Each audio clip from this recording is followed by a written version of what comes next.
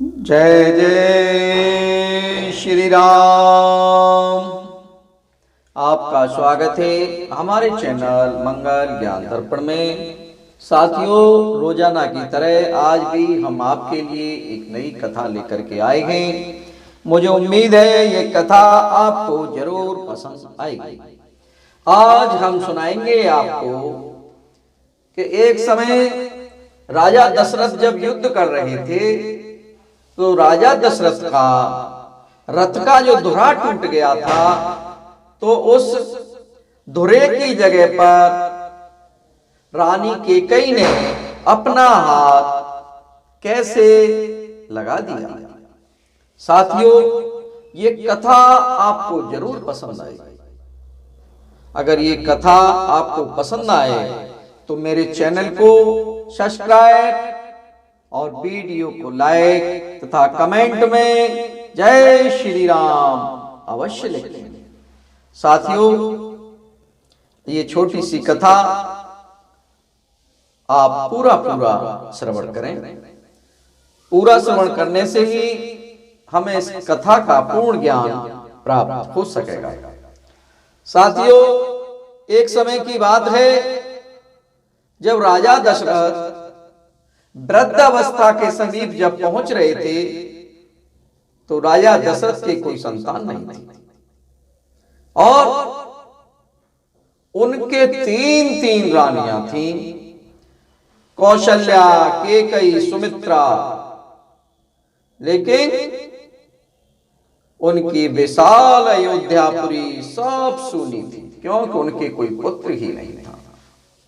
साथियों, उसी समय की बात है, देवताओं और दानवों में राज्य के लिए बड़ा विद्रोह आरंभ हो गया और उस समय हाहाकार मच गया। तब उस युद्ध में यह मांगलिक वाणी हुई कि जिस पक्ष में अयोध्या के राजा दशरथ रहेंगे उसी पक्ष की निश्चय विजय हो जाएगी। फिर तो उस वाणी को सुनकर वायु देवता ने शीघ्र ही जाकर राजा दशरथ से युद्ध करने की प्रार्थना की और राजा दशरथ उस युद्ध में सम्मिलित हो गए और युद्ध करने लगे। भयानक संग्राम हुआ। उस भयानक संग्राम में राजा के रथ का धुरा टूट गया और साथियों, संयोगवश राजा इस बात को जान ही नहीं पाए कि हमारे रथ का धुरा टूट गया है। किंतु राजा के समीप में रथ पर बैठी हुई सुंदर भाव वाली कैकेयी जो संग्राम का कौतुक देख रही थी और उन्होंने रथ के धुरे को टूटते हुए देख लिया और उन्होंने अब विजय लाभ के लिए अपने हाथ को उस रथ के धुरे के स्थान में लगा दिया और वह रथ आराम से चलता रहा। अब आप कहेंगे कि रथ के धुरे में कैकेयी ने अपना हाथ लगाया तो उनका हाथ क्यों खराब नहीं हुआ, लहूलुहान क्यों नहीं हुआ, कैसे रथ चलता रहा?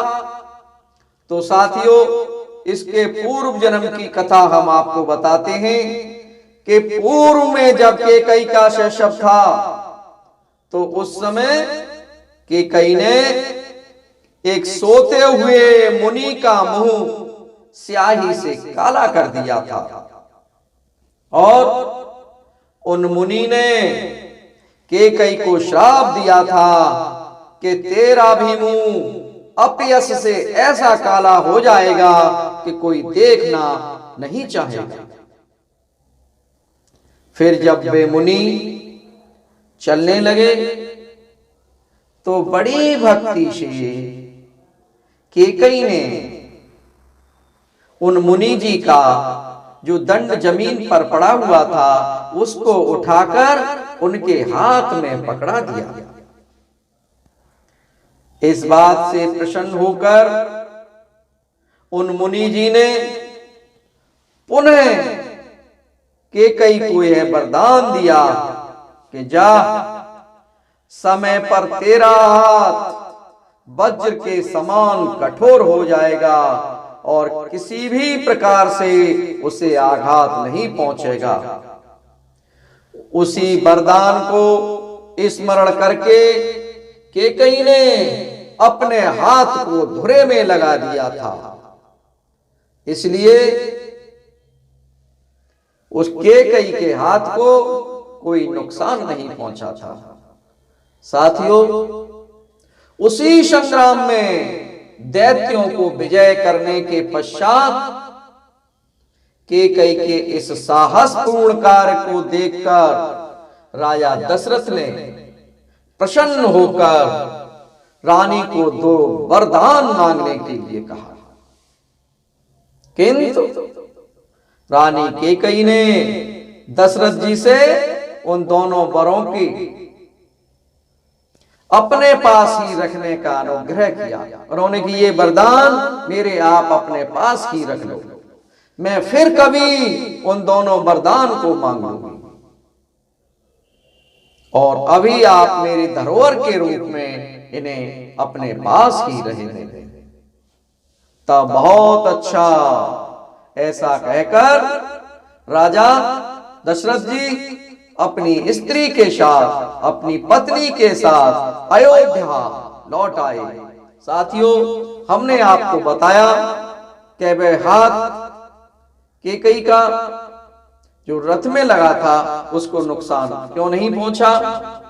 अगर ये कथा मेरी आपको पसंद आई हो तो मेरे इस चैनल को सब्सक्राइब और वीडियो को लाइक अवश्य करें।